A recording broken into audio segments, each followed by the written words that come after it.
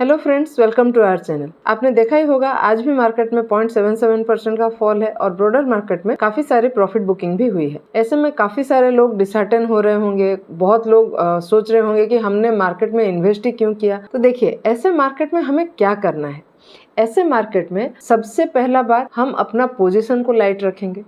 दूसरा बात, जहाँ पे भी हमें अच्छा प्रॉफिट मिला है वो प्रॉफिट को बुक करेंगे। अगर आपको लग रहा है कि ये वोलेटाइल मार्केट में ट्रेड नहीं करना है तो बेशक आप चाहें तो कैश में भी रह सकते हैं, क्योंकि ये जो वोलेटिलिटी है और कुछ दिन आगे चलेगी। तो उस केस में आप अभी ट्रेडिंग करने के बजाय ऐसे स्टॉक्स को ढूंढिए जो सब स्टॉक आपसे मिस हो गया था और उसमें कैसी मूवमेंट है वो सबको आप ट्रैक कीजिए, या फिर ऐसे स्टॉक्स को ट्रैक कीजिए जो अभी आपको करेक्शन में मिल रहे हैं। और अगर ट्रेडिंग करना ही है तो छोटे छोटे क्वांटिटी में ट्रेड कीजिए और छोटे टारगेट को प्लान कीजिए। और कहीं पे भी आपको फील हो रहा है कि यहाँ पे प्रॉफिट बुक कर लेनी चाहिए तो प्रॉफिट भी बुक कर लीजिए, क्योंकि आप देख ही रहे हैं मार्केट कैसे चल रहा है।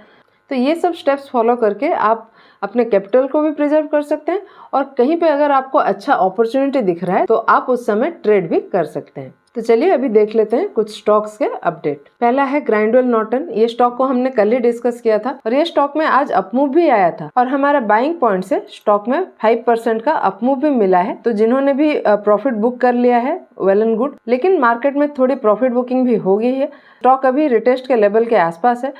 तो यहाँ पे अगर हमें फिर से बुलिश कैंडल कुछ मिलता है तो हम स्टॉक में फिर से एंट्री प्लान कर सकते हैं। हमारा अगला स्टॉक है ग्लैक्सोस्मिथक्लाइन। ये स्टॉक भी हमने कल ही डिस्कस किया था और स्टॉक ऐसे मार्केट में भी अच्छा अभी परफॉर्म कर रहा है। शायद 1 मई को इसमें डिविडेंड भी आने वाला है कुछ 32 रुपीज का।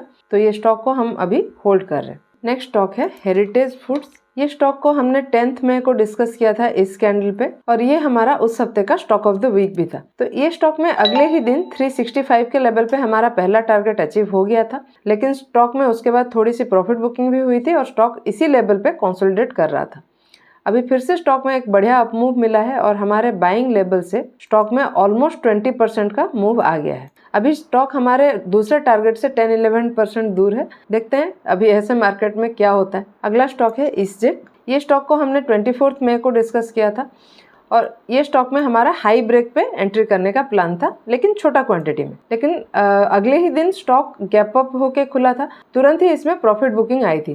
तो टेक्निकली स्टॉक में तो एंट्री बन नहीं रहा था, लेकिन अगर किसी का एंट्री बना हो तब भी स्टॉक में गैप डाउन हुआ फिर से, और जिनका भी एंट्री बना होगा यहाँ पे स्टॉप लॉस हिट हो गया होगा। ये बस मार्केट का एक क्रूएल रियलिटी है। कुछ भी न्यूज आएगा और स्टॉक में गैप डाउन हो जाएगा और ऐसे सिचुएशन में टेक्निकल एनालिसिस काम नहीं करता है। हम क्या करते हैं, किसी सपोर्ट को या रेजिस्टेंस को देख के अपना डिसीजन लेते हैं, लेकिन जैसे गैप डाउन हो जाता है यही सपोर्ट सब टूट जाते हैं और ये मार्केट का एक पार्ट है। ऐसा एक और एग्जांपल है IRB इंफ्रास्ट्रक्चर। ये स्टॉक को हमने डिस्कस नहीं किया है, लेकिन अगर देखें इसमें भी गैप डाउन हुआ है। यहाँ पे आप देखेंगे स्टॉक में 20 EMA का एक बहुत ही अच्छा सपोर्ट था, लेकिन ये स्टॉक में भी गैप डाउन हो गया है। कोई भी स्टॉक में गैप डाउन होता है तो उस केस में टेक्निकल एनालिसिस काम नहीं करता। ये तो हो गया अपडेट्स। चलिए आज का हमारा स्टॉक डिस्कस कर लेते हैं।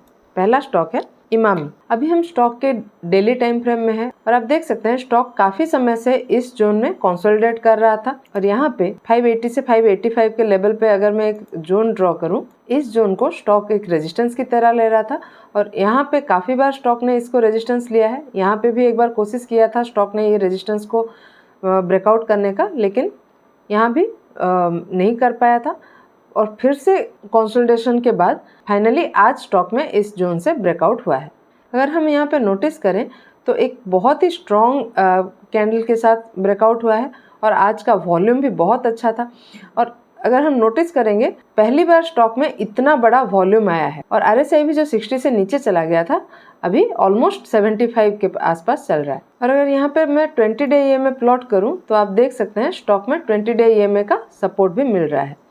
चलिए अभी स्टॉक में एंट्री कैसे करें वो देख लेते हैं। यहाँ पे अगर हम नोटिस करेंगे तो ये जो 624 का लेवल है, 624, 623 का लेवल है, ये स्टॉक के लिए एक रेजिस्टेंस हो सकता है। तो स्टॉक अगर ये रेजिस्टेंस के लेवल को ब्रेकआउट कर लेता है, मतलब 623, 624 का लेवल को अगर ब्रेक कर लेता है, उस केस में मैं अपनी पोजीशन यहाँ पे बनाऊंगी, लेकिन बहुत ही कम क्वांटिटी में। लेकिन मान लीजिए स्टॉक थोड़ा सा अपमूव करता है और ये रेजिस्टेंस को फेस करता है और नीचे चला आता है तो रिटेस्ट पे भी मैं एंट्री प्लान कर सकती हूँ।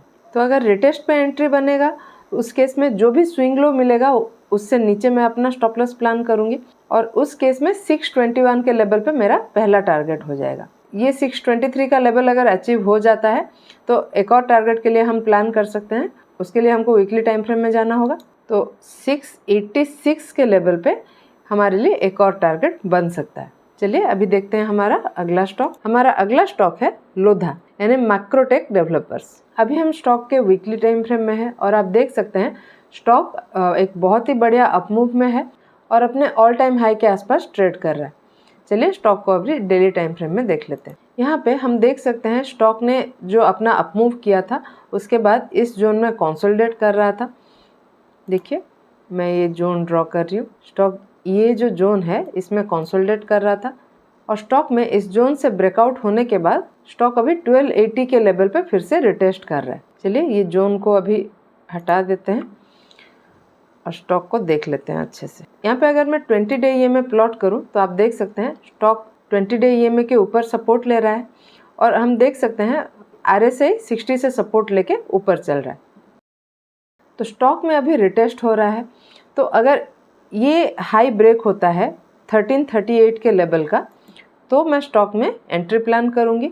उस केस में मेरा टारगेट 1381 के लेवल पे रहेगा और स्टॉप लॉस हम आज के कैंडल के नीचे ही प्लान करेंगे 1276 के लेवल से थोड़ा नीचे। अगर ये टारगेट अचीव हो जाता है तो हम आगे के लिए प्लान कर सकते हैं, लेकिन क्योंकि मार्केट थोड़ा वोलेटाइल है हम छोटे टारगेट्स को अचीव करने के लिए अभी प्लान कर रहे हैं। कोई भी स्टॉक में आप एंट्री प्लान कर रहे हैं तो ऐसे वीडियो से सिर्फ नाम लेके एंट्री प्लान मत कीजिए, प्रॉपर उसको एनालाइज कीजिए या फिर अपने फाइनेंशियल एडवाइज़र से सलाह लीजिए, तभी स्टॉक्स में एंट्री प्लान कीजिए। ये मेरी तरफ से कोई बाइंग या सेलिंग का सजेशन नहीं है। आपको हमारा आज का एनालिसिस कैसा लगा हमें कमेंट में लिख के ज़रूर बताइएगा। अगर पसंद आया हो तो वीडियो को लाइक और चैनल को सब्सक्राइब करना बिल्कुल मत भूलिएगा। ऐसे ही और टेक्निकल एनालिसिस के साथ मिलते हैं अगले वीडियो में। Thank you.